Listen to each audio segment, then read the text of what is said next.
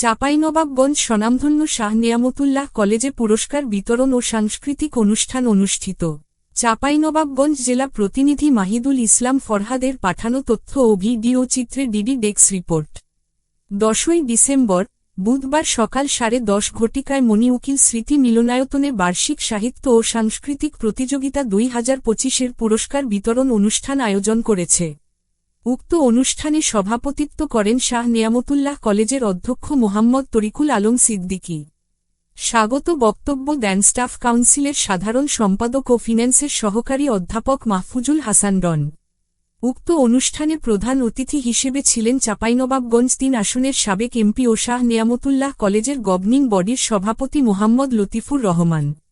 অনুষ্ঠানে অতিথিদের মধ্যে উপস্থিত ছিলেন অত্র কলেজের উপাধ্যক্ষ মোহাম্মদ শরীফুর ইসলাম, সাবেক ভারপ্রাপ্ত অধ্যক্ষ মোহাম্মদ কামরুজ্জামান, অত্র কলেজের ক্রীড়া কমিটি আহ্বায়ক ও রসায়ন বিভাগের সহকারী অধ্যাপক হাবিবুর রহমান, ইংরেজি ও শিক্ষক প্রতিনিধি প্রভাষক নওসাবাহ নৌরিন, ইসলাম শিক্ষা ও শিক্ষক প্রতিনিধি প্রভাষক ফরহাদ হোসেন ও মার্কেটিং ও শিক্ষক প্রতিনিধি আব্দুল্লাহ প্রমুখ।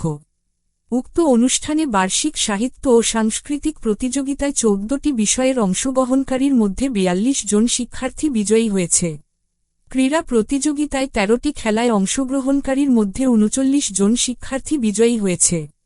শিক্ষক ও শিক্ষিকা 12টি বিষয়ে সাহিত্য ও সাংস্কৃতিক এবং ক্রীড়া প্রতিযোগিতায় অংশগ্রহণকারীর মধ্যে 36 জন বিজয়ী হয়েছেন এবং অত্র কলেজের কর্মচারীরা 3টি ক্রীড়া প্রতিযোগিতায় অংশগ্রহণকারীর মধ্যে 9 জন বিজয়ী হয়েছেন। প্রত্যেক বিজয়ীকে পুরস্কার তুলে দেন প্রধান অতিথি সহ অতিথিবৃন্দরা।